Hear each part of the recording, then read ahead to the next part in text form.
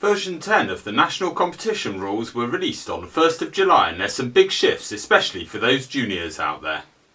The NCRs are the national regulations that define motorsport in the UK. They're updated several times a year after the Motorsport UK board approve changes. You can see when the board are going to meet on the Motorsport UK website, and the updated NCRs will be released about a week later. Just navigate to the Sport Regulations and it lists all the meeting dates. Changes are proposed by the specialist committees and then checked by Safety and Rules before being approved by the board. You can find the latest copy of the NCRs in the Resource Centre. So what's changed so far this year?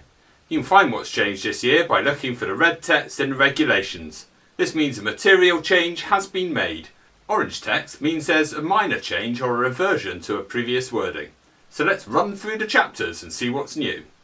Chapter 1 contains all the definitions and terms that are referred to throughout the regulations. The first thing that's new is there's a new historic vehicle category for rally cars homologated between 1991 and 1999. Good news if you happen to have found a WRC Escort Cosworth to play with. The next change is for road rallies, where 2 special tests are now allowed as long as they're in the same place and start before midnight. Technically, I suppose all tests are before midnight, as that's the last time of day. But clearly it means that a start at 1 AM would be unacceptable. The final change in Chapter 1 is the introduction of an evening trial. These are designed for easy to organise and cheap to enter events for people to do during the long summer evenings. Chapter 2 deals with judicial proceedings, and whilst that's really hard to say, there's a change for British Championship events to be allowed to change the procedures. If you're competing to become a British champion, this isn't your first rodeo, so you should be well aware of the judicial procedures, even though I can't really say it. Chapter 3 is for organisers, but it directly affects competitors too. There's a change to the mandatory declaration wording that means if you break the national competition rules, then you're in a lot of trouble if anything goes wrong. Don't break the rules, people. Chapter 6 is about licensing. If you're racing trucks, you now need a Category C or a CE licence on the road before you can apply for your truck racing licence.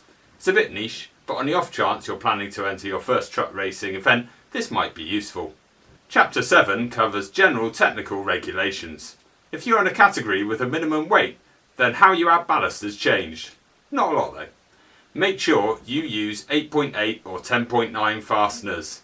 This suggests people have been using lightweight M8 bolts to secure ballast. Come on people, be sensible. Appendix 11 has been changed in version 10 to allow modified EVs to remove the air conditioning and similar systems, plus swap out the dash for something more appropriate. Further down there are much more useful changes for EVs. Speed events no longer require an EV trained scrutineer or vehicle passport.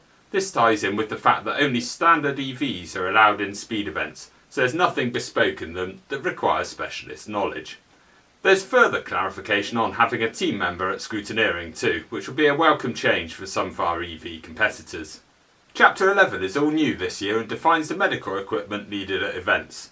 You'll know if you need to read it, so I'll skip over it. Now grab your popcorn and head to the comments for Chapter 12. Track limits for circuit racing have been clarified with a diagram. The contact patch of the tyre doesn't have to be in contact with the ground to be penalised. Rallying is the subject of Chapter 13, and there's changes here just like there were in Chapter 1. Historic rally classes no longer have to be based on competitor ability, and they can be based on age and cubic capacity instead. Further down there's a repeat of the text in Section 1 about special tests. There's a whole new section detailing the penalties for historic road rallies too, although that was new earlier this year. There's some clarification in the Targa Rally regulations to stop those cheeky monkeys making custom inlets to gain a bit more power. Those road, endurance and historic rally types have had the same treatment too. If you're one of those cheeky monkeys, it's time to find a new manifold. Talking of clarification, barriers need to use large truck or tractor tyres, so bicycle and kart tyres are no longer acceptable as a car stopping barrier. That's new from version 10. Mini drivers and other drivers of 10-inch wheel cars can run 12-inch wheels on their road rally cars. Good news! Chapter 17 is trials. There's a few new regulations clarifying time sections. It all gets spicy at Chapter 19 though.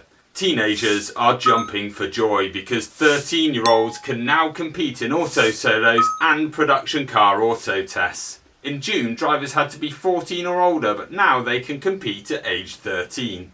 If you're an event organiser, make sure you're not writing 14 into your regulations so the young ones can compete.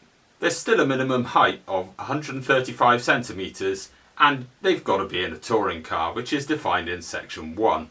This roughly means a car produced in a production run of at least 2,500 cars and able to fit 4 adults in. They're also limited to 2000cc or 1176cc for forced induction cars.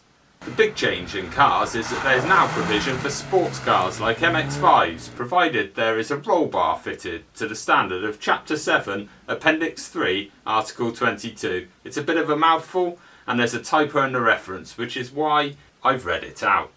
That'll be fixed in version 11, don't worry.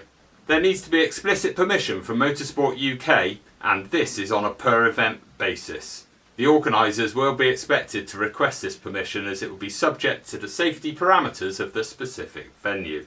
Please do this if you're an organiser, and pop your club or venue in the comments so we know when venues are permitted. That would be really helpful. There's also a recommendation to provide somewhere for the young drivers to familiarise themselves with the cars, which is great news as they likely won't have driven for a while. Alongside this, Autotests have dropped from age 16 to 15 with the same requirements. The age is higher than the other two disciplines because they drive alone. It's highly likely that they will have prior experience of PCAs or auto solos, and they're also limited to 1400cc normally aspirated cars to reduce the risk. Finally, the board approved some regulations for 2026 at their June meeting. Drivers aged 45 and over need a vision test on a regular basis, and the periods are changing to be less frequent below 70 and more frequent over 70. This auto cue is not my reading test. For circuit racing, it no longer matters whether it was deliberate when you crowd another car off the track. Just don't do it. Simples. There's some changes on notional and adjusted times for rallying. The clerk can now give a notional time relative to the performance of that crew on the event when a crew can't complete a stage for reasons outside their control.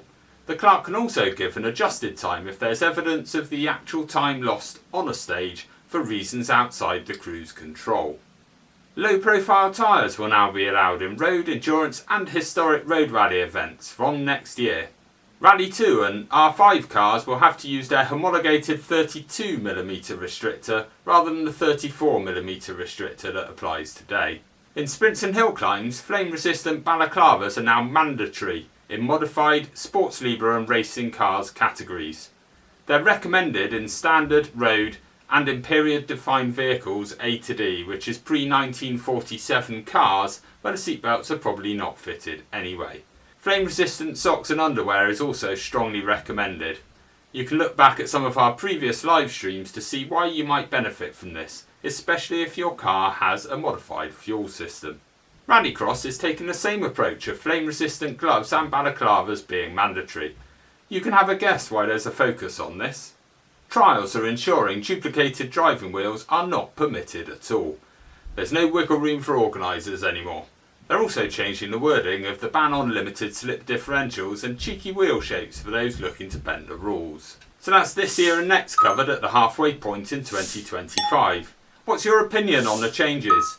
Are you an excited teenager wanting to start racing, a circuit racer who likes the grass, or an inlet manifold fabricator? Get that discussion going in the comments. See you at the track.